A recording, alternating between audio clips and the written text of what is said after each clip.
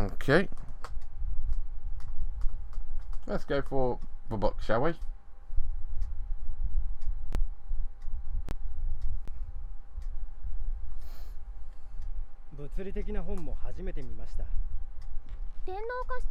With cyberbrain, could you read millions of books instantly, right?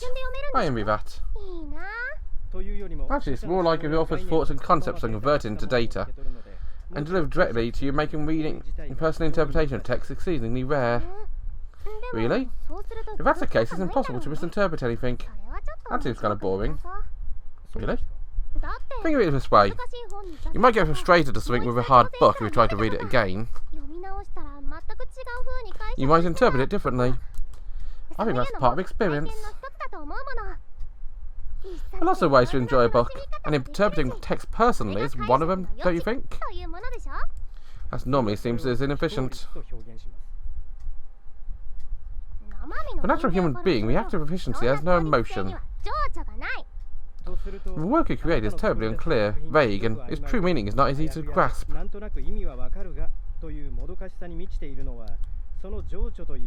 This feeling of frustrating ambiguity is what you want to express? I'd like to say yes to that, but honestly, it could just be because the device is from a different era. For people with sufficient cyberbrains to understand what device creates, can only produce unintelligible strings of data. First off, I can only interpret things like pictures, words and sounds. Things that flesh and blood person like me can understand.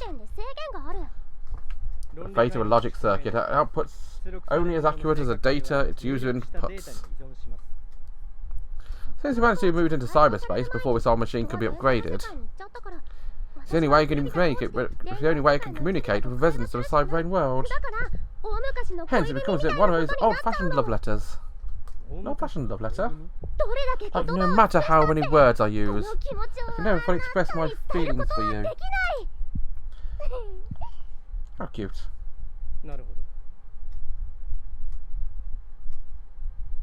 And finally, this thing here.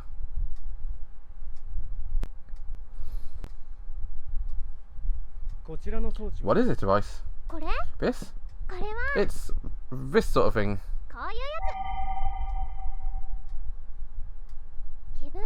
Used for relaxation, motivation, and to look at scenery inspiring to create things. By the way, this is my favourite kind of scenery. I see.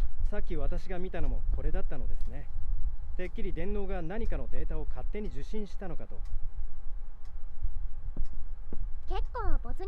pretty immersive, isn't it? Well, the artificial body, I guess it's more like a feeling of immersion within a feeling of immersion. So philosophical.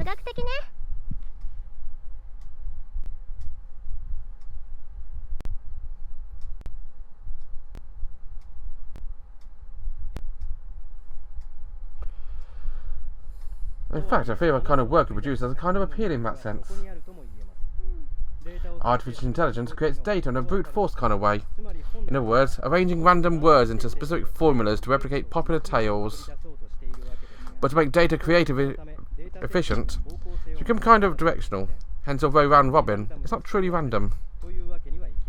However, since you are a natural being, you guide your ambiguity in such a way that even the artificial intelligence cannot create such a meaningful data in connection to each part.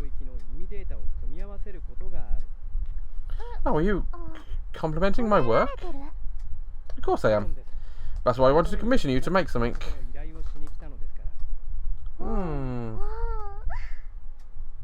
Wait, but hold on. Not even an AI could replicate it. This means you want my help because what I do is pretty rare then, right? Not because of the quality of my work. To be completely blunt, yes. Of course. I thought so. But whatever, that's fine. It's my chance to have people read my work. So will you accept, Ben? Of course I will. Thank you very much. So, what's my target audience and what should I make? As far as that's concerned, I believe that I told you beforehand it might limit your thinking. So I'm afraid I can't say. Yes. If I told you objective, you would work strictly within the bounds of that specific goal. What I'm asking you to do is create something that not even an AI would be able to create.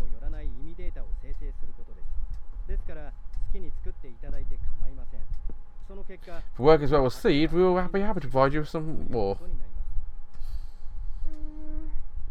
This kind of ambiguity is a little unnerving. Just make sure you at least have a theme for me to follow, right?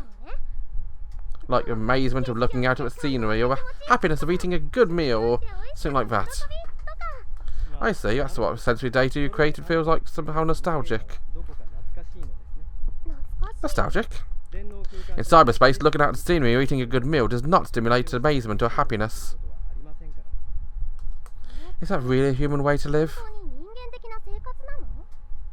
Same question is posed every technological advancement. I guess it's just an old-fashioned flesh and blood human then. However, your work is a strong effect on people who have experienced it. Huh? It's because the sensory data in your work comes from your natural body.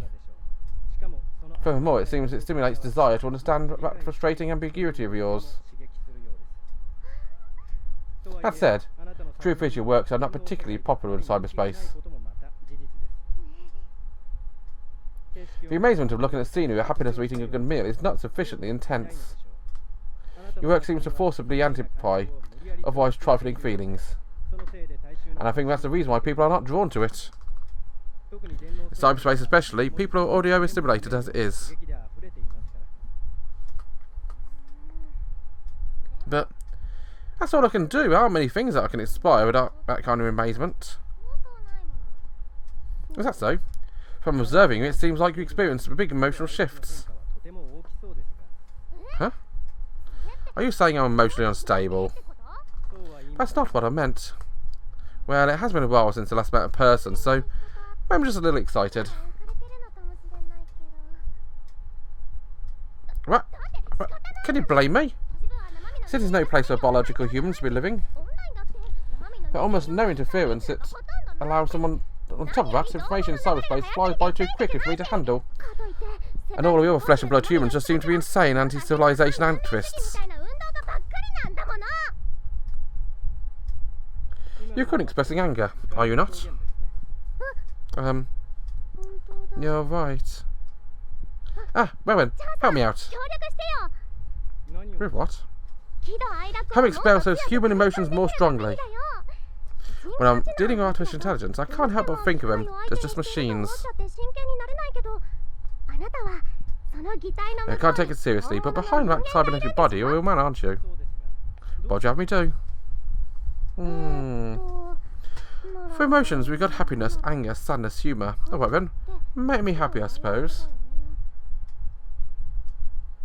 You try praising me, maybe? Very well. You are amazing. You're a genius.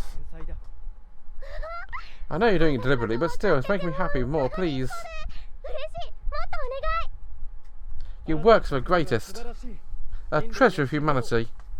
You're a being that's beyond artificial intelligence. I was asking for it, but that's too much. I feel like I'm being made fun of now. That's anger again, right? Maybe it's easier to anger me.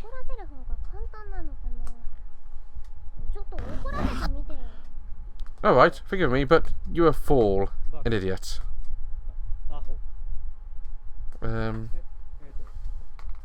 Is that all? In cyberspace, we do not verbally insult people. How can you fight in cyberspace? You can't physically hit each other, right? That punch gesture is amusing. How can you fight? Okay. Ah, I see. So even that part is digital. I guess I can't force myself to feel emotions.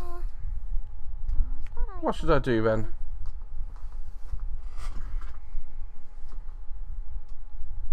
Got books, got that, we got that. Anything else new? Let's go with this one now.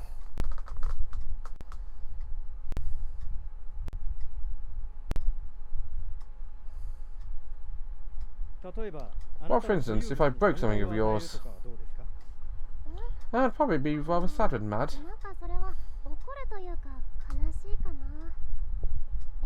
Seems obvious, but like anger is more of a confrontational feeling. That said, I haven't had a verbal fight with anyone since I was a kid. What about bad mouthing something about someone's physical appearance, like midget or fatty? Physical traits come from a mix of genetic and environmental factors. Seems strange to me that it could lead to hostility. In cyberspace, avatars possess a multitude of body types. Ah, is that true? Didn't think of that. It's harder than I thought. Oh, perhaps. In the past, having certain physical traits led to social disadvantages, did it not? How much I can't understand. It isn't easy being so short in this big building. Indeed. To give you an example, your body is rather sexually underdeveloped for one of your age, which certainly would have made you less attractive in the past. But in cyberspace, one's individuality is more of a... What's wrong? Excuse me for looking so childish. I'm not saying it's a bad thing, just that by looking at the past data, your age and growth rate were rather slower than average. Shut up, you idiot. What a fascinating expression of anger. Perhaps you can use it for your work. Yes, I know that already.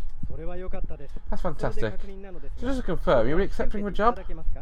Yeah, I will. Jerk. Go home. I will eagerly await your work.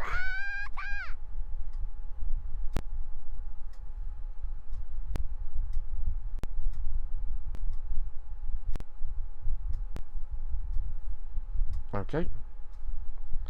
Hey.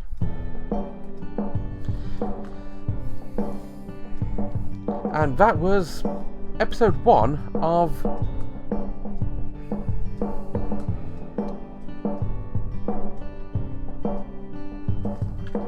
do I need to do? Okay, I just skipped it, didn't I? Oh well, whatever. That was episode 1 of Project LUX. What's it going to do now? I can't actually carry on, so I'm going to go back up to the... I'm going to save this.